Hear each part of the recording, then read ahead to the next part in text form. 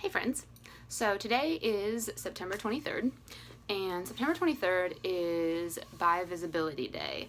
And I realize that it is late in the day, but I was really busy today, but I still wanted to do a video because I am a human that identifies as bisexual, but I am also married to a heterosexual man, and so I wanted to do a video about what it is like to be bisexual and married. So I wanted to start off with a couple of misconceptions about bisexuality, and these are by no means all of them. These are just some of the ones that I wrote down when I was thinking what are some of the ones that I hear most commonly. The first one is that bisexuality isn't binary.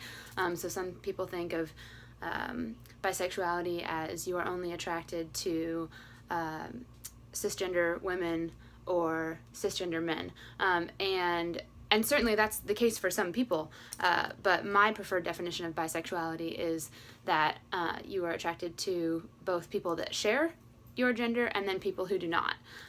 So that's what it means to me, and there's a lot of really important academic writing on the subject, and I'll link to some of the articles that I find most illuminating on the topic in the description of the video, but that's the one misconception, that bisexuality is not binary. Another misconception is that bisexuality doesn't mean being equally attracted to different types of people in the same way and in the same amounts, right? So it's not 50-50. It's not 50% attracted to women and 50% attracted to men by definition, right? Certainly, again, there are some people who experience it like that, but it doesn't have to be experienced by that like that to count as being bisexual, right?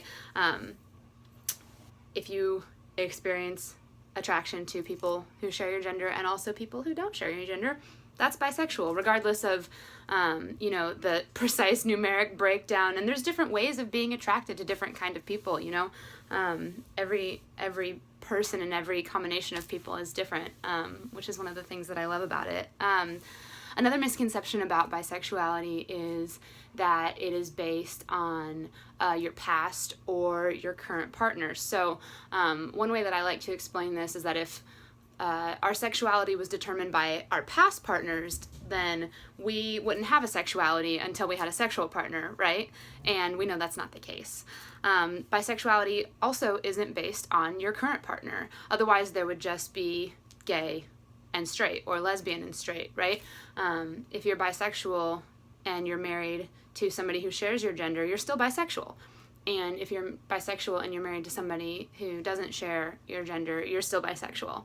It's a separate thing that's all on its own and is not determined by your past and your current partners.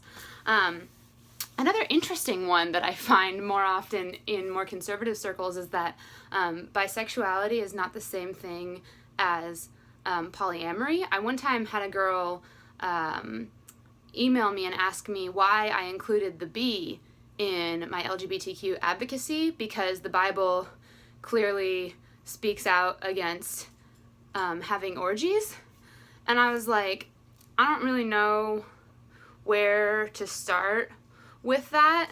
And the thing is, some people are polyamorous, but some people are polyamorous and heterosexual, right? So there's nothing intrinsic to bisexuality that makes you more or less inclined to have one partner or have multiple partners, right? Another thing is that bisexuality is not a trendy club, I know before I came out, I kind of looked askance at people because of my own internalized biphobia and thinking that, like, oh, this is just like the cool thing to do, but the reality is that oppression is not a trendy club. And I don't know how else to say it besides that, but there's nothing fun about the possibility of experiencing marginalization because of who you are. And I've had a lot of particularly women who identify as bisexual but who are in heterosexual marriages, or long-term relationships, who will email me and Facebook message me and say, this is also my experience, but I just don't know why I would bother coming out at this point. What's the point of coming out, And there's a couple things going on there. I think that one of them is that especially when you are a more femininely presenting person married to a man, it's very easy to just go on passing as straight because of bisexual erasure and because most people don't consider the fact that people could be bisexual. It's sort of like, oh, you're married to a man, you must be straight. And I would say, I've seen the same thing happen with my bisexual friends, particularly my bisexual female friends who are in relationships with women, and people will call them lesbians, even though they're bisexual, right? So there is this sense of erasure based on the gender of a person that you end up in a long-term relationship with, right? And I think in the case of, myself, who is married to a heterosexual man, there's a certain amount of privilege inherent in that relationship, insofar as, like, when I walk down the street holding my spouse's hand, I don't have to worry that, like, people are going to make a nasty comment at us or, threaten us with some kind of bodily harm or something like that. And I think there is a privilege in that to be reckoned with, right? That even though I'm not heterosexual, that my proximity to heterosexuality in that sense sort of imbibes me with that privilege, that I don't have to worry that people are going to make fun of me when I walk down the street holding hands with the person that I love, right? And I think we need to acknowledge that. At the same time, it also means that I have to come out constantly. Like, I have to come out all the time to every new person that I meet, in every new situation, on a daily basis, almost, it feels like. And so that's not a privilege, right? Like, in that sense, it's erasure. So there's a lot of tension in that, of going, okay, well, I see that, like, I don't have to worry about, being harmed because of the person that I've chosen to spend my life with. But on the other hand, I'm constantly having to come out again, so... or like when people will refer to me, I had, the other day, somebody referred to me as an ally, and I was like, actually, I'm bisexual. And they just kind of did that, like blinking at me, like they didn't really know what to do with that, right? I think too, also, there's sometimes, because the queer experience, so to speak, is so vast, and so different from person to person.